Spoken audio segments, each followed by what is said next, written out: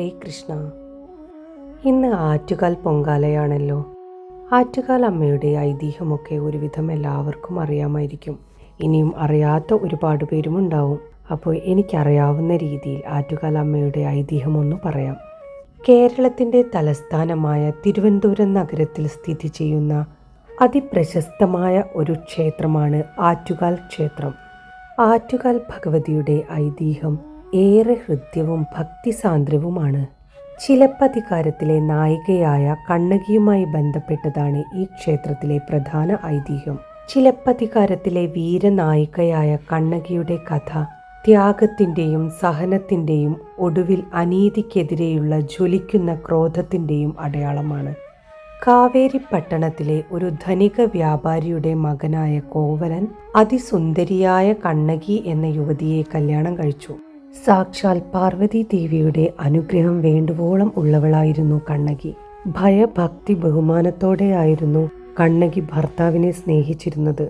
ശരിക്കും പതിവ്രതയായ ഒരു ഭാര്യ തന്നെയായിരുന്നു കണ്ണകി. അവരുടെ ജീവിതം സന്തോഷകരമായി കടന്നു പോവുകയായിരുന്നു. അതിനിടയിലേക്ക് മാധവി എന്ന ഒരു നർത്തകി കടന്നു വന്നു.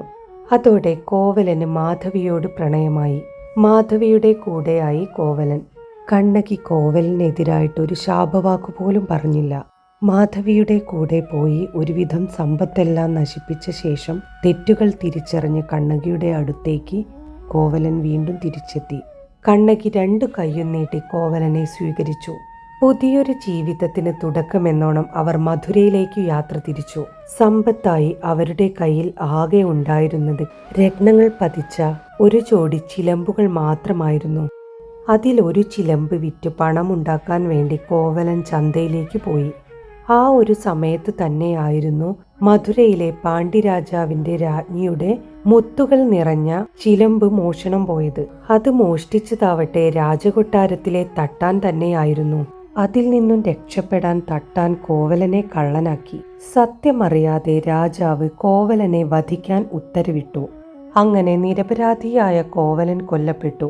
ഭർത്താവിന്റെ മരണവാർത്തയറിഞ്ഞ കണ്ണകി അതീവ ദുഃഖിതയായി കൊട്ടാരത്തിലെത്തി. തന്റെ രത്നച്ചിലമ്പുകൾ പൊട്ടിച്ചു കാണിച്ചു കൊടുത്തു.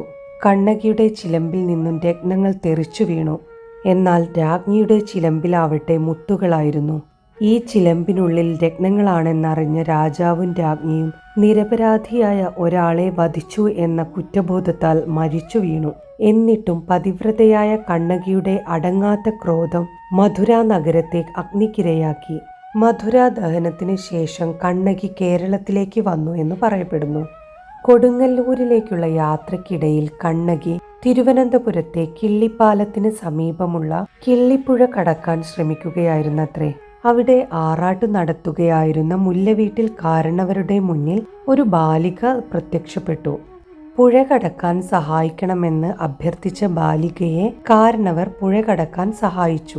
ആ കുട്ടിയിൽ എന്തോ ഒരു തേജസ് കാരണവർ കണ്ടിരുന്നു. കാരണവർ കുട്ടിയെ വീട്ടിലേക്ക് ക്ഷണിക്കുകയും ചെയ്തിരുന്നു. എന്നാൽ വീട്ടിലെത്തുമ്പോഴേക്കും ആ കുട്ടി അപ്രത്യക്ഷയായിരുന്നു. അന്ന് രാത്രി കാരണവർക്ക് ഒരു സ്വപ്ന ദർശനം ഉണ്ടായി.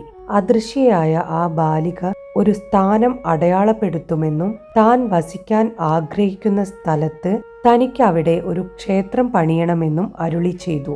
പിറ്റേന്ന് രാവിലെ കാരണവർ തന്റെ പറമ്പിൽ നോക്കിയപ്പോൾ 3 രേഖകൾ അടയാളപ്പെടുത്തിയ ഒരു സ്ഥലം കണ്ടു. അവിടെയാണ് ഇന്നത്തെ ആറ്റുകാൽ ഭഗവതി ക്ഷേത്രം നിർമ്മിക്കപ്പെട്ടിട്ടുള്ളത് എന്നാണ് വിശ്വാസം. മധുര ചുട്ടരിച്ച കണ്ണകിയുടെ ക്രോധം അടങ്ങിയ രൂപമാണ് ഇവിടുത്തെ പ്രതിഷ്ഠയെന്നും വിശ്വസിക്കപ്പെടുന്നു.